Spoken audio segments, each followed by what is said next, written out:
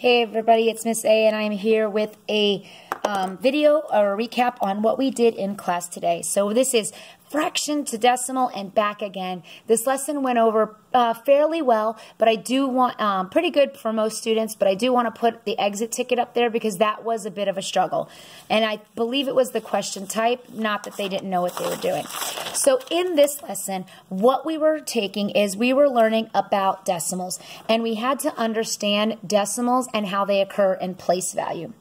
So decimals in place value.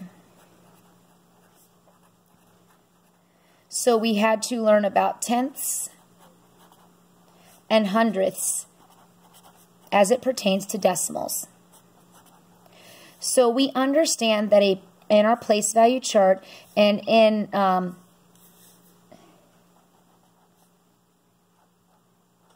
in fourth grade, we go all the way up to 1,000,000. So we have millions, 100,000s, 10,000s, thousands, hundreds, tens, and ones. These are our whole place values. So these would be the whole numbers that are on our place value chart. And the children are very familiar and aware of how a place value chart works.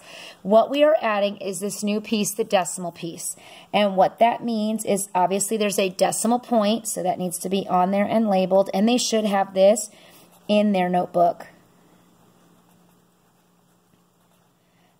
And we're learning about tenths, which are here, and I write it like this to help me, and hundredths, which are here. So they're different because they're not 10 and 100. They're tenths, which means they're part of a whole, and they are hundredths, which are part of a whole. So here's part of a whole. And we had to determine the definition with regard to tenths and hundredths. So tenths are one place value to the right of your decimal. Tenths. 1 PV place value to the right. And the kids are very familiar with my shorthand of the decimal. So that's our definition for tenths. Now our definition for hundredths is 2 place values, 1, 2. 2 place values to the right of the decimal. Right, so the first thing we had to go over was definitions. Now, we know, based on our previous lesson that we did on Tuesday, tenths are fractions that have a denominator of 10, and hundredths are fractions that have a denominator of 100. So the really good thing about this is that there won't be any other denominators. Your denominator is either 10 or it's 100. In fourth grade, we do tenths and hundredths, and that's it. So, for example, if I have 4 tenths as my number, and I have to change this into a decimal, what I do is I look to my denominator. My denominator has 1 0, or it's 10, which means 1 place value to the right. So I do my decimal point, and I do it a little bit bigger so I can see it. 1 place value to the right. And if it helps to label it, label it. And then the only thing you do is you write your numerator in that spot. So it becomes 0.4. That is the equivalent to 4 tenths. So if I have 12 100ths, like I have here, I have 2 zeros. That means 2 place values to the right. And then I just write 1 digit per blank. So that's a 1, that's a 2. All right. If I were to have 9 100ths. Now this one is a little bit trickier. The principle of how many place values still exists. So there's 2 zeros, 2 place values.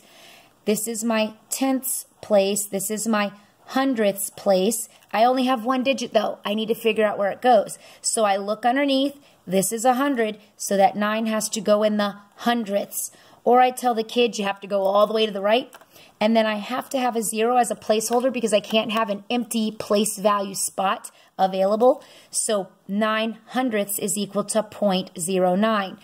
Or if we have a better understanding of it, this means 4 dimes because it's over 10. And remember, 10, it takes 10 dimes to make $1. So that's 40 cents.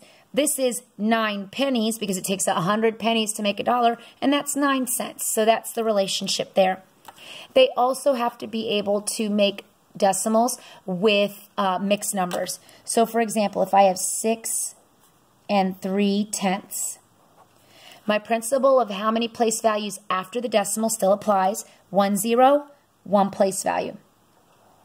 Whole numbers always go before, no matter what the whole number is. So this whole number 6, it's going before 6. And I'm just writing it big so you get the difference between that it's a whole number.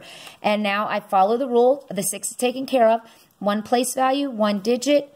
Digit gets written, 6.3. So if I were to have 14 22 hundredths, I have 2 zeros, so 2 place values after. My whole number goes in front. And then I just place my numerator in the blanks, and since I have 2 digits, I fill the 2 spots.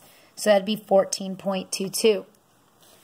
All right, let's do 7 6/100ths. So I have 2 zeros, so that is 2 place values after the decimal. And then the whole number goes in front, so I don't worry about that. Now I have 6/100ths, and this is my tenths. This is my hundredths. So 6/100ths would go in this spot or go all the way over to the right. And then I have to put a place value holder 0 there.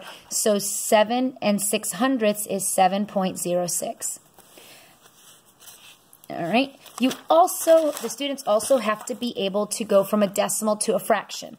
So if I have 0.15, I was going to write 5 and didn't.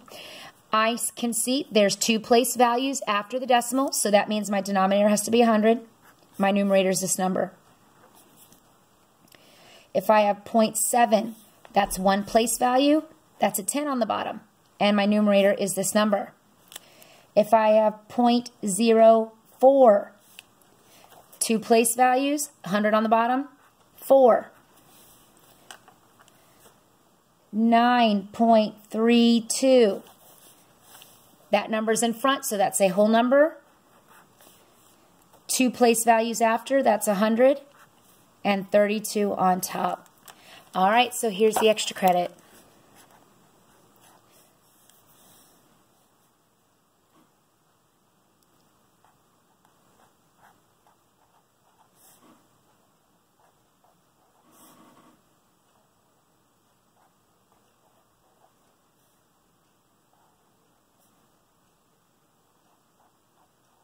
All right, so we need to change these. Oops, and then they're on here. We need to change these to a decimal. Now change these